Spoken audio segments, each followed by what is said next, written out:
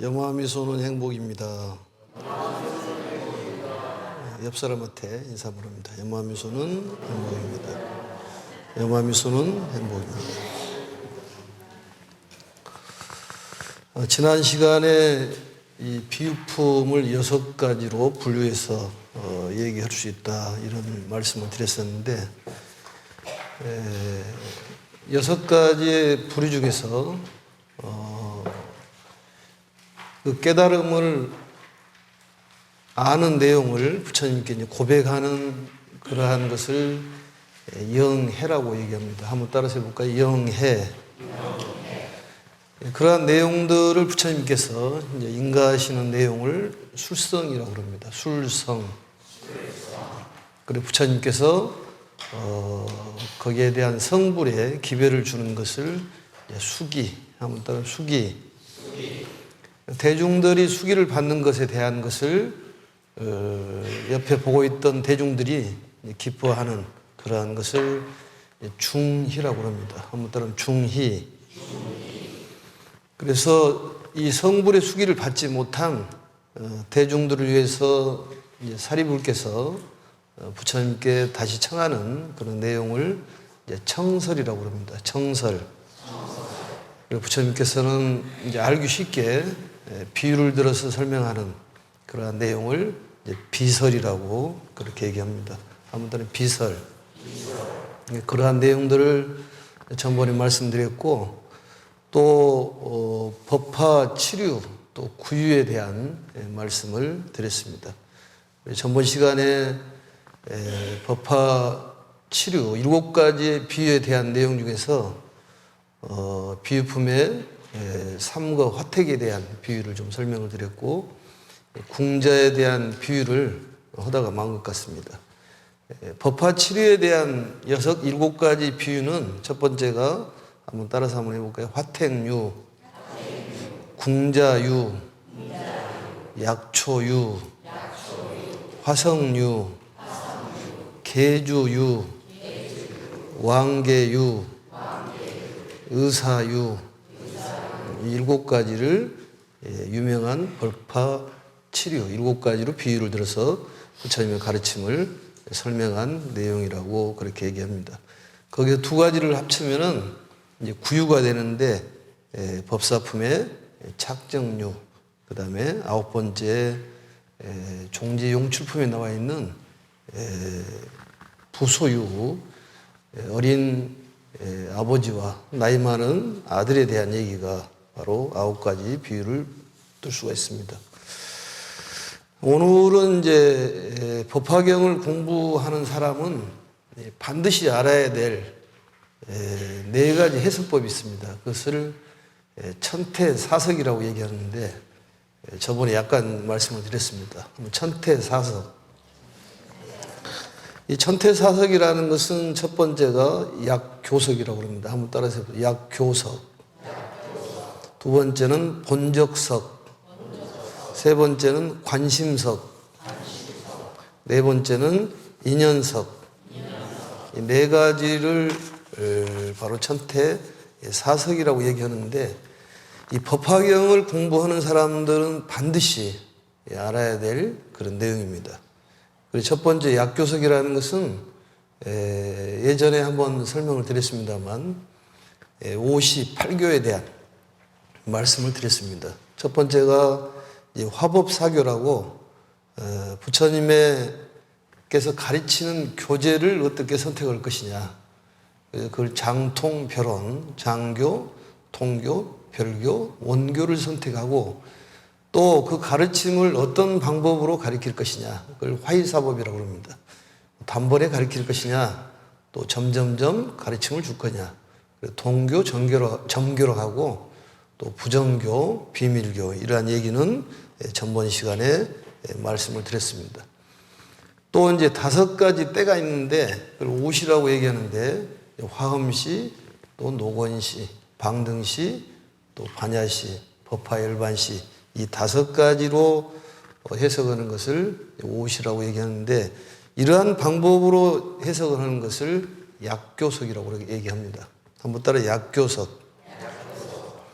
그래서 우리 마음을 얘기할 때도 장교에서는 의식이라고 얘기를 하고 또 통교에서는 아리아식이라는 말을 쓰고 또 화엄경인 별교에서는 바로 열애장식, 또 우리 법화경에서는 일념삼천, 또 일심이란 그러한 말을 씁니다. 사실은 다 같은 말입니다. 원교란 말은 일체 모든 중생들에게 총합적으로 가르침을 주는 그러한 가르침이 원교에 해당하고 또 법화경에 해당하고, 이 법화경은 아무나 만날 수 있는 그런 가르침이 아니다, 이런 얘기는 여러 차례 드렸습니다. 그 다음에 이제 두 번째는 본적석이라고 얘기하는데, 법화경을 본문, 정문으로 이렇게 나눕니다. 정문이라는 것은 어떤 자취에 대한 말씀, 본론적인 말씀, 이렇게 두 가지로 나눌 수가 있는데, 예를 들어서 열애수량품에 보면은 이런 얘기가 나오는데, 종지용출품에서 대중들이 땅에서, 어마어마한 대중들이 땅에서 솟아 나옵니다. 그 대중들을 보고 전부 나의 제자다, 이렇게 석가모니 부처님께서 말씀을 하시니까 미륵보살님이 거기에 비유를 들어 설명하는 것이 부소입니다. 나이가 당신이 몇 살이나 먹었기에 그런 많은 대중들을 제도를 했다는 얘기입니까? 그러니까 거기에 대한 설명을 해줍니다. 그래서 미륵보살이 비유를 들어서 설명하기를, 나이가 25살 먹은 머리가 검고 젊은 청년이 100살 먹은 흰머리 난 나이 드신 분에게 내 아들이다, 이렇게 얘기한다고 말이죠. 젊은 사람이 나이 먹은 사람한테 아들이라고 얘기하고, 100세가 넘은 그 할아버지는 젊은 25세 그 청년에게 아버지라고 얘기하는 거랑 똑같지 않느냐. 왜냐? 석가모니 부처님께서 지금 성불을 한 지가 몇 년이나 되느냐. 그리고 성불에서 지금까지 이 많은 포교로 다닌 지가 한 40여 년뿐이 안 되는데 어찌 그런 많은 대중들을 포교를 했다냐. 그건 말이 안 맞다. 이제 거기에 대한 얘기를, 답변을 하는 내용이 열애수량품의 내용입니다. 너희들이 알고 있는 나는 가야성 불원, 가야성에 멀지 않는 곳에 가가지고 6년 동안 단정히 앉아가지고 성불을 한 줄 알고 있다. 내가 정반왕과 마야부인 사이에 태어나가지고 왕자로 살면서 야수다라는 그 공주를 만나서 나홀라를 나가지고 또 내가 출가를 해가지고 또 성불을 해서 많은 사람을 구제하는 것으로 알고 있지만 그것이 아니다. 그러니까 우리가 보여진 모습에 대한 부처님을 뭐라고 얘기하냐면은 바로 정문 부처님이라고 그렇게 얘기합니다. 그러니까 정반왕과 마야부인 사이에 태어나가지고 야소다라고 결혼해서 나는 부처님은 정문 부처님이요. 본문 부처님이라는 것은 구원 실성에 대한 얘기인데, 나는 그 모습이 진짜 모습이 아니라 내가 성불을 한 지는 백천만금 나이터 아승기 전에 이미 성불을 했다. 너희들을 제도하기 위해서 이 사바세계에 왔을 뿐이다. 그러한 구원 실성에 대한 얘기를 하는 거예요. 그것을 본문 부처님이라고 얘기를 합니다.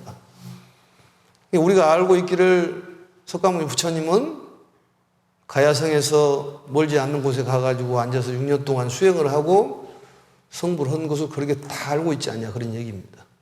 그렇지만 나는 예전부터 성불을 했느니라. 그렇기 때문에 이런 많은 대중들을 제도할 수가 있었다. 그에 대한 오래전 얘기를 얘기하는 것을 바로 이 본적석이라고 그렇게 얘기한다, 그런 얘기입니다.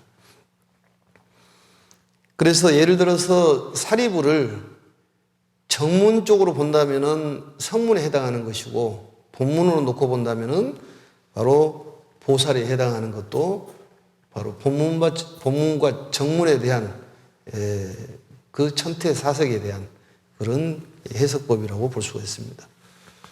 본문이라는 것은 그 달로 얘기하면은 본래에 있는 달을 얘기하는 거고, 달 그림자를 바로 정문이라고 얘기한다. 그것을 기억을 하시면 도움이 많이 될 것 같습니다.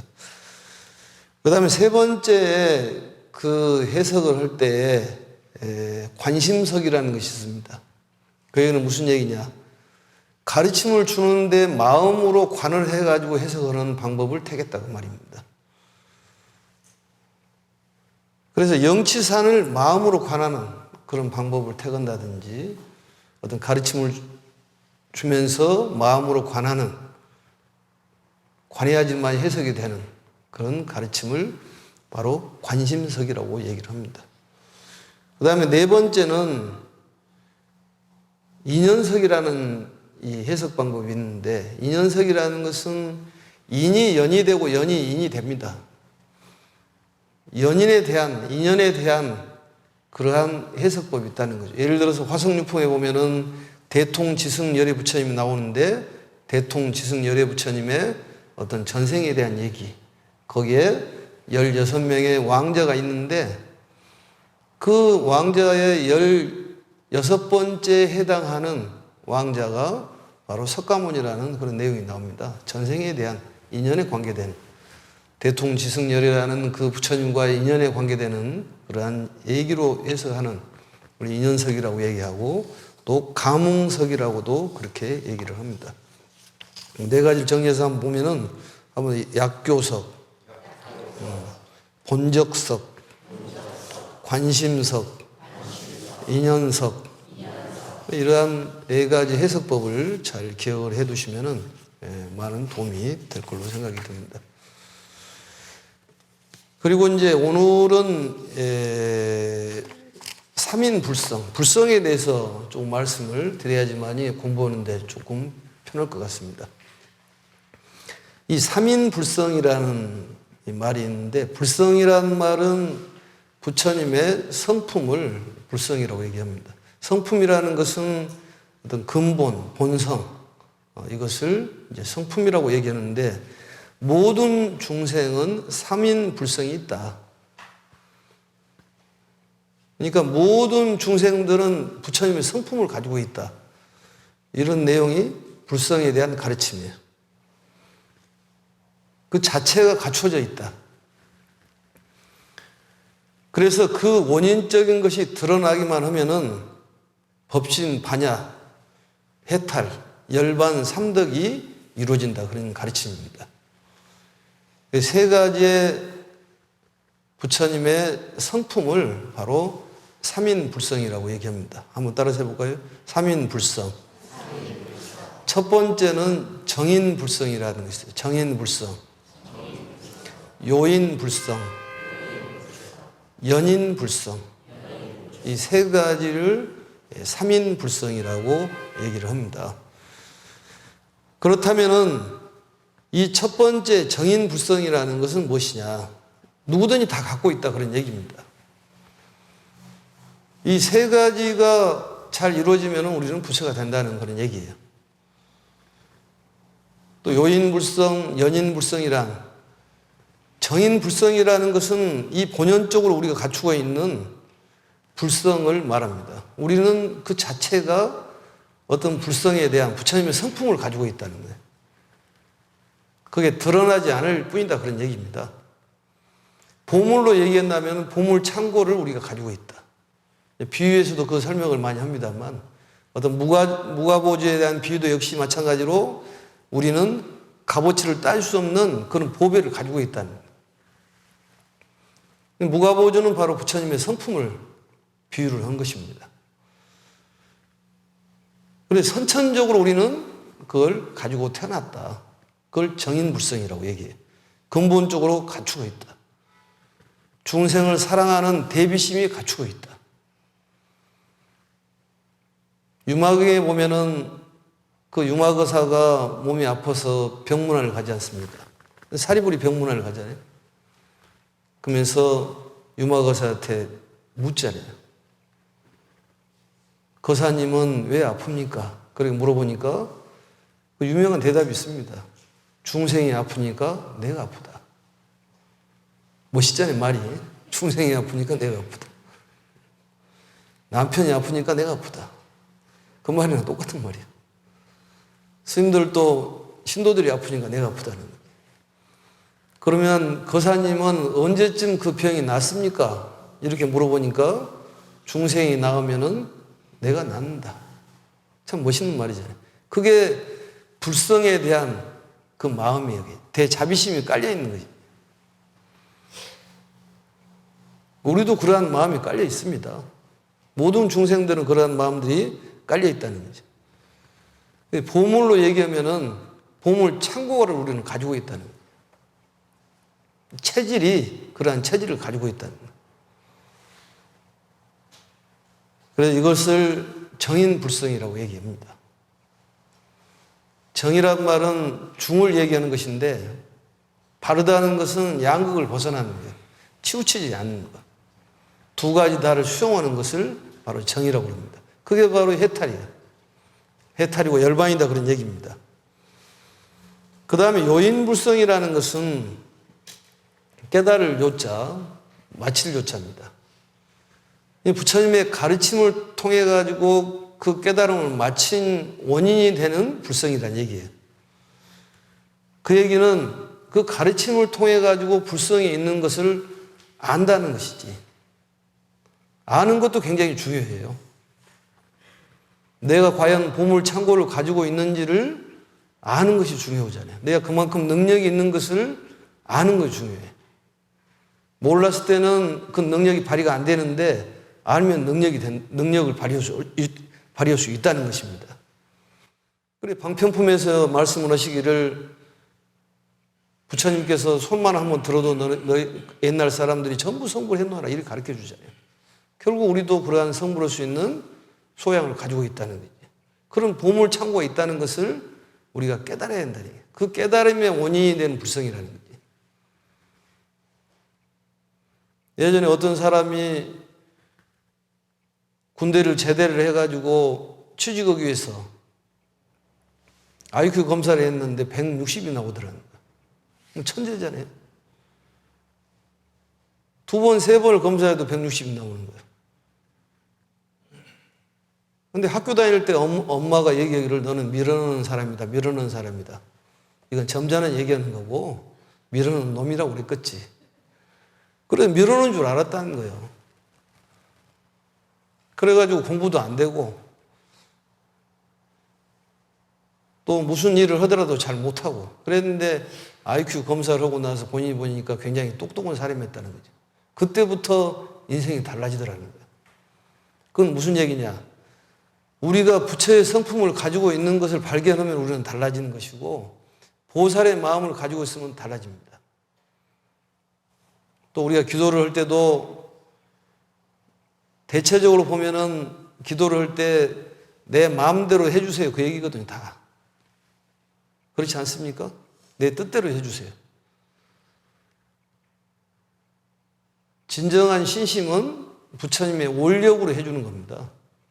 원력대로 해주세요. 이렇게 하는 것이 기도의 방법이라고 볼 수가 있습니다. 그래서 진리를 알아보는 지혜를 뭐라고 얘기하냐면 요인불성이라고 얘기해요. 요인불성. 다시 얘기하면은 보물 창고를 가지고 있다는 것을 이제 알았다는 것이지. 그걸 쓰기만 하면 되는 것입니다. 이제 쓰기만 하면 되는 거예요. 그것을 요인불성이라고 얘기한다니까요. 그래서 이러한 것들은 요인불성은 가르침을 통해서 아는 것입니다.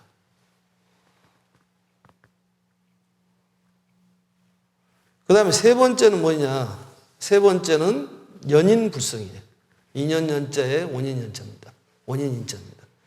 인이 연이 되고 인이 연이 되고 연이 인이 되는 거예요.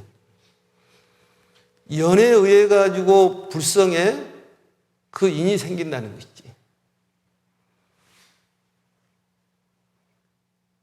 부처님의 가르침의 연이 우리의 불성의 원인이 된다니까, 인이 된다니까요. 그리고 사소한 성근을 짓는 것도 역시 그러한 연이 부처가 될 수 있는 인이 된다는 거예요. 방품품에서 보면은 모래 위에다가 그림을 그리잖아요. 그러면은 그런 사람들은 전부 성불 했었다. 또 불상을 모시면은 성불 했었다.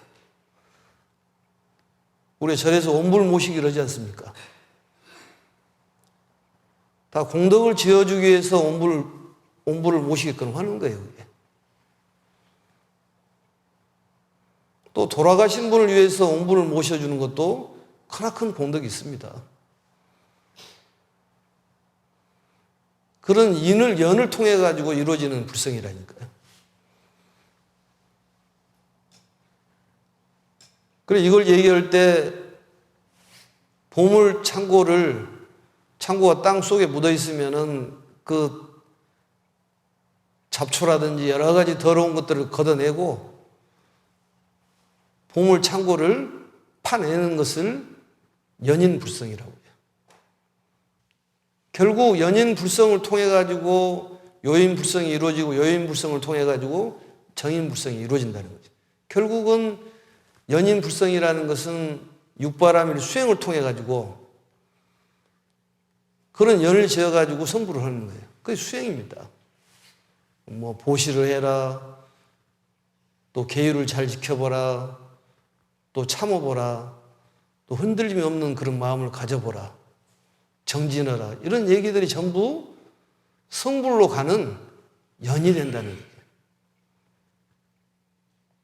어떤 수행도 마찬가지입니다.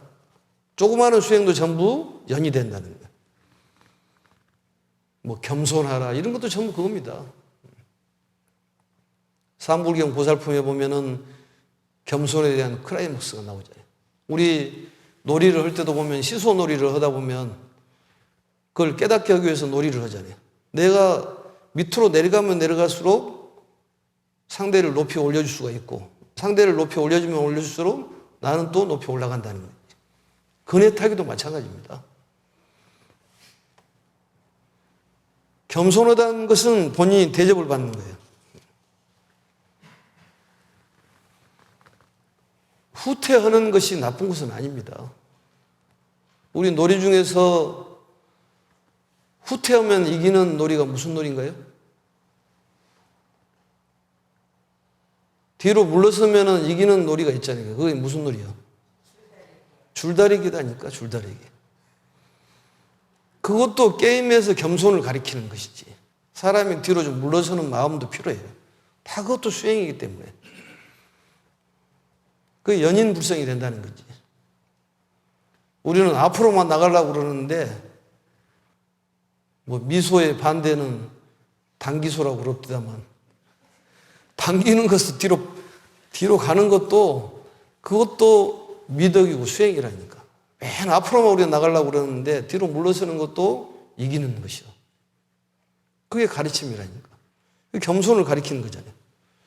꼭 어떤 면이 좋을 때도 있고 나쁠 때도 있습니다. 사람이 살다 보면.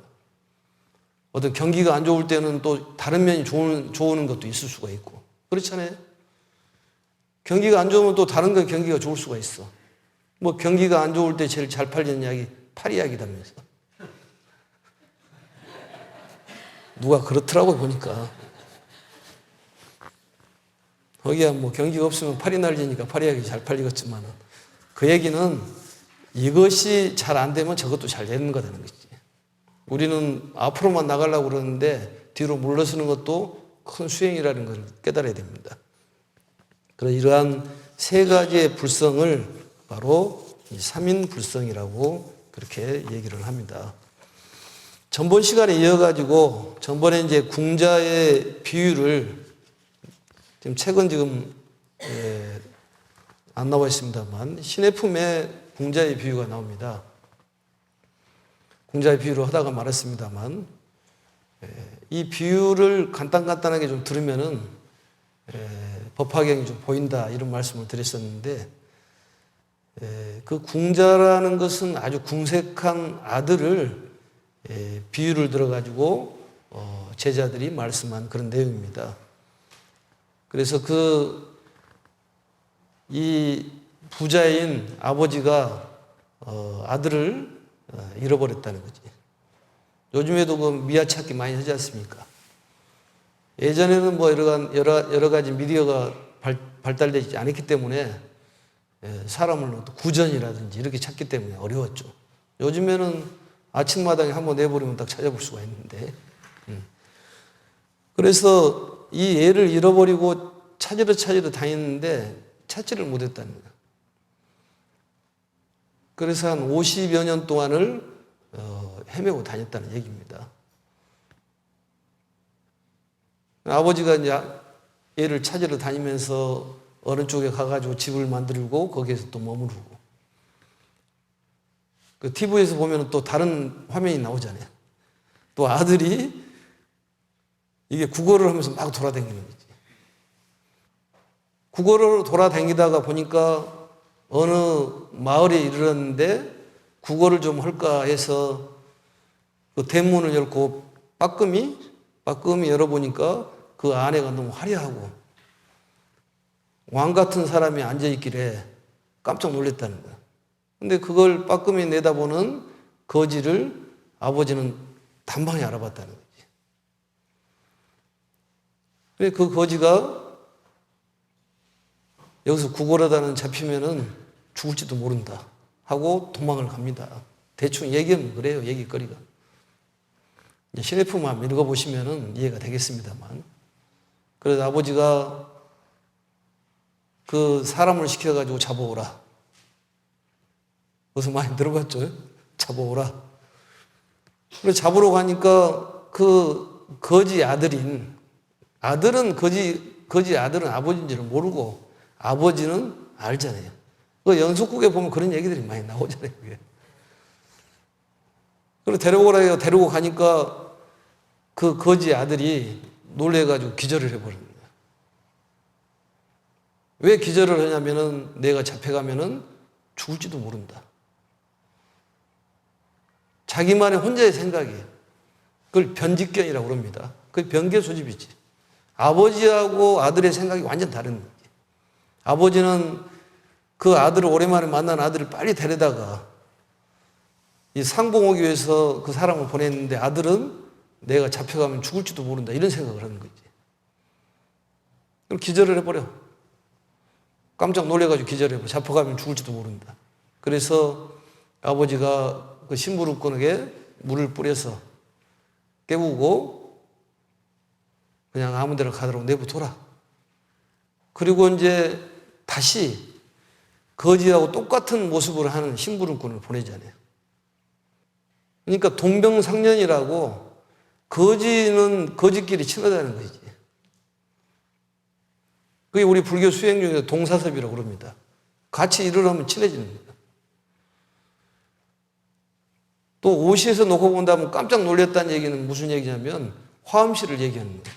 갑자기 화엄경을 얘기하니까 경악을 해버리는 거지. 그래서 아무도 쭉 설명하잖아요. 제분이라고 그래. 똥 치는 것부터 시키잖아요. 그래서 사람을 데려다가 거지를 심부름꾼을 시켜가지고 여기 가면은 삭을 2배를 주니 가서 한번 일을 한번 해볼 수 있느냐. 좋다. 그리고 데려다가 이제 똥 치는 것부터 시키잖아요. 그게 이제 암이지, 사실은. 그리고 똥 치는 일을 시킨 걸 보고 그 똥 묻어 있는 그런 아들의 모습을 보고 아버지가 본인도 똥 묻은 옷으로 갈아입어가지고 가서 또 아버지가 아들에게 접근을 하잖아요. 그래서 나를 아버지라고 생각을 해라. 그렇게 하다가 결국은 모든 재산을 넘겨주는 내용이 바로 시네품의 궁자의 비유입니다. 그 얘기는 무슨 얘기냐? 믿음이 부족하다는 것이지. 믿음이 그만큼 중요하다는 거예요. 모든 수행은 믿음이 뒷받침돼야 됩니다. 참선을 하더라도 우리는 성불을 할 수 있다는 믿음이 필요하잖아요. 그럼 믿음이 바탕이 안 되면 어려운 얘기예요. 신에 대한 얘기는 저번에도 여러 번 했습니다. 그게 바로 궁자의 비유예요. 그래서 궁자, 경악, 화엄시라고 얘기하는데 이것은 나중에 더 구체적으로 설명을 해드리도록 하겠습니다. 그 다음에 이제 세 번째는 약초유품에 대한 비유가 나옵니다. 약초유품. 약초유품의 비유는 삼초 이목에 대한 비유예요. 상초, 중초, 하초, 소목, 대목에 대한 비유인데, 하늘에서 비가 내리면은 땅에 있는 식물들은 그 본인의 성품에 알맞게 받아들인다는 거지. 우리가 법성계에 보면은 우보익생 만호공, 그 다음에 뭡니까? 중생수기 득이라고 그러잖아요. 중생이 그 그릇에 맞춰가지고 받아들인다는 거지. 부처님의 가르침은 일정하다는 거예요. 하늘에서 비가 내리면은 소나무는 소나무대로, 대나무는 대나무대로, 감나무는 감나무대로 전부 다 알맞게 받아들인다는 거지. 그래서 알맞게 꽃을 피우는 것이 바로 약초유에 대한 비유예요. 우리는 그 식물 하나하나의 약초에 대한 것을 다 가지고 있다는 거지. 다 훌륭한 성품을 가지고 있습니다. 나이 드신 분은 나이 드신 분대로, 어린애는 어린이대로 다 할 일이 있다는 거지. 얼마나 훌륭한 가르침이에요. 상추는 상추대로 할 일이 있고, 또 장미는 장미대로 할 일이 있고, 또 호박은 호박대로 할 일이 있는 거예요. 장미가 꽃이 아름다우면 호박은 열매를 맺어주잖아요. 탱자는 탱자대로, 귤은 귤대로 할 일이 있다는 거지. 그렇지 않을까요? 굉장히 우리에게 자신감을 주는 것입니다. 노인기라는 그런 나라가 있는데, 노인기가 뭐냐면 노인을 버리는 나라예요. 어느 정도 나이가 먹으면 노인들을 버려버렸다는 거예요. 우리 고려장 하듯이. 근데 어떤 효자가 있었는데, 효자가 그 아버지를 버릴 수 없어가지고 몰래 좋은 곳에도 모셔놨다는 거예요. 노인을 안 버리면 감옥 갔다는 거예요. 나라에서 이제 임금이 문제를 낸다는 거예요. 나라에서 임금이 무슨 문제를 냈냐면은, 말이 두 마리가 똑같은 두 마리가 암놈이 있는데, 어미 말하고 새끼 말이 있다. 그걸 구별을 해라는 거예요. 근데 젊은 사람이 경험이 없잖아요. 노인들은 다 죽어버렸고. 그래서 몰래 숨겨놓은 아버지한테 가서 묻습니다. 아버지, 나라 임금님이 이걸 맞춰오라는데, 말이 똑같은 말인데 엄마 말하고 새끼 말을 찾으려면 어떻게 찾았으면 좋겠습니까? 아버지가 일러주잖아요. 먹이를 줘봐라. 먹이를 주면은 먼저 먹는 그 말이 새끼다, 그 말이야. 동물들은 먼저 안 먹습니다. 새끼부터 챙기는 거예요. 우리도 그러잖아요. 어머니들이 자식부터 생기잖아요. 조기를 먹는데 엄마는 꼬리만 먹었다는 거예요. 머리하고. 그래서 나중에 몸통을 먹으니까 엄마도 몸통을 먹을 줄 아냐. 응? 자식을 위해서 몸통을 준 줄은 모르고. 엄마의 마음은 그렇다는 거지. 그래가지고 큰 상을 받아가지고 출세를 했다는 거예요. 그것은 노인은 노인대로 할 일이 있고, 어린이들은 어린이대로 할 일이 있다니까요.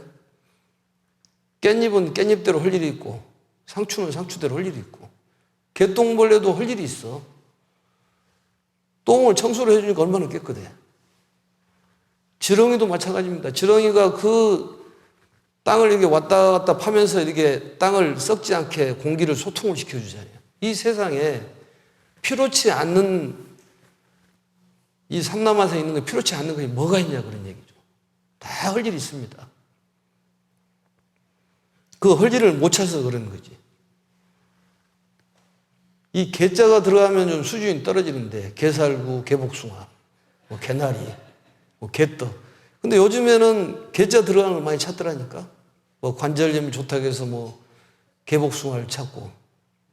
다 쓰임새가 다르다니까. 무조건 좋은 것은 아니에요.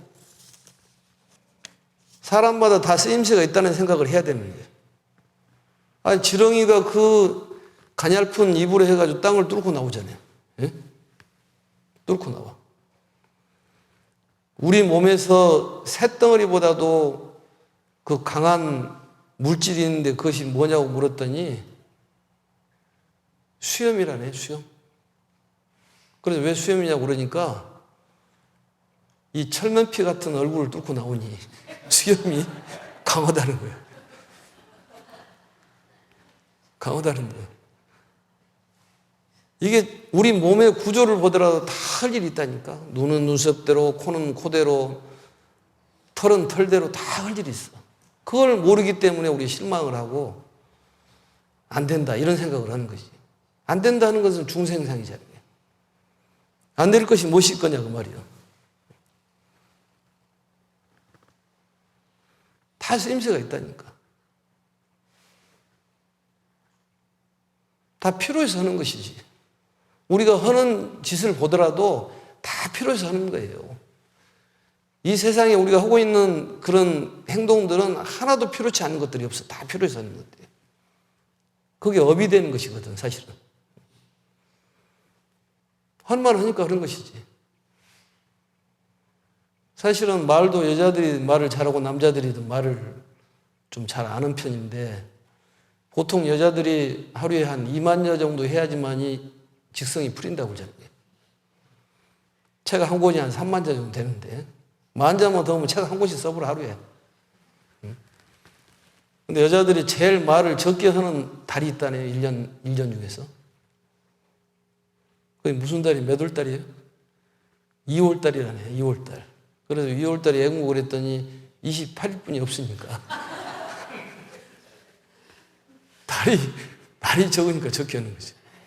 근데 말을 잘하는 사람은 말 잘하는 걸로 특기가 있고 말을 아는 사람은 아는 대로 특기가 있다니까. 그 약초유품의 정말 훌륭한 가르침이에요. 너무 길게 얘기했습니다만은 그 약초유품에 대한 이 부처님의 가르침이 어디에 비유를 할 수 있는 그런 가르침이냐 그 말이에요. 그 다음 네 번째 비유는 화석유품입니다. 화석유품의 비유를 보면은 500유순이나 되는 험난한 길을 가는데 인적이 없고 두렵고 무서운 곳을 보물을 찾기 위해서 대중들이 가는다는 것이지. 그 인적이 없고 무섭고 험난한 길을 가는데 보물을 찾으러 가는데 사람이 가다가 지쳐버려. 거기에 인도자 중에서 정말로 지혜가 총명하고 아주 명석한 그런 지도자가 있었는데 그 대중들이 지쳐있는 모습을 보고 변화의 성을 만듭니다. 일종의 쉼터를 만들어주는 거지. 사람이 인생에 살아가는데 이 쉼터가 필요해요. 휴식기간이 필요해. 하루를 열심히 일하다 보면 저녁에 자는 시간이 필요하잖아요. 인생의 기나긴 여정 동안에 쉬는 시간이 필요하다니까. 누구든지 다 필요합니다. 겨울이라는 인생이 필요해. 그래서 봄이 올 것 아니겠습니까? 그것을 덜어 얘기하기를 삼재라고 얘기를 해. 좀 쉬는 시간이라고 생각하시면 된다는 것이지. 보충을 해야죠. 보충. 보충 시간이 없으면 더 힘이 드는 것이지. 그래 변화의 성을 하나를 만들어 놓고 그 곳을 향해 가면 거기에는 먹을 것, 쉴 곳이 충분히 있으니 조금만 열심히 힘을 내서 가자. 방편을 쓰는 것이지. 그리고 쉬는 것을 보고 완전히 쉬는 걸 보고 변화의 성을 없애고 다시 출발을 해서 보물을 찾아가는 그런 내용이 화석유품에 대한 내용입니다. 오늘 이 강의를 듣고 있는 사람 중에서 정말로 쉬는 시간이 필요한 사람들이 있을 거예요. 지쳐 있어. 지치면 좀 쉬어야지. 너무 지쳐 있는데도 가면은 이게 무리가 가가지고 더 이상 쓸 수 없는 정도가 돼버린다니까. 우리가 그릇 중에서도 보면은 컵이 있는데 어느 정도 물을 받칠 수 있는 그런 이 바닥을 이렇게 만들어 놓고 0.1mm만 부수면은 물이 완전히 쏟아져 버리잖아요. 이 정도까지는 담을 수가 있는데 여기서 조금만 더 담으면 쏟아지는 그런 물컵이 있잖아요. 그러니까 쉴 때 쉬어줘야지 너무 무리하면 안 된다는 거지. 화석유품은 변화의 성을 두고 우리가 쉬어가는 그런 지점이 필요하다는 거예요. 인생에 쉬어가는 게 필요해요. 뭐 삼재가 들었다고 해서 무서울 것 없고 부처님의 가르침을 믿고 열심히 기도하면 다 해결됩니다. 그게 신심이에요. 우리가 누구한테 의지를 해야 되겠어요, 그걸. 불보살님 아니고 누구한테 의지를 해야 돼. 부처님은 사생의 자부라고 그랬잖아요. 자비스러운 아버지라는 것이지. 아버지는 우리는 책임져 주는 것이지 삼촌도 아니고 아저씨도 아니다니까요. 옆집 아저씨는 책임을 안 져줘. 그렇지만은 아버지는 책임을 져주잖아요. 그래서 쉬는 시간이 필요한 그런 가르침으로 생각하시면 됩니다. 휴식이 필요해요. 사람이 지치면 아무것도 못 하는 거예요. 좀 기절하면서 이렇게 쉬는 시간도 필요해. 지쳐 있으니까. 직행위동이라는 말 있잖아요. 신신명에 보면. 멈춤이라는 것은 다시 크게 발전을 가져다 준다는 거예요. 그게 화석유품의 가르침이라니까. 나중에 화석유품 들어가서 더 여러 가지를 말씀을 드리겠습니다만 어떤 일이 안 되는 것은 기도하면서 쉬어라는 것이구나. 이렇게 생각을 해야지. 그게 불자가 가져야 될 신심이에요.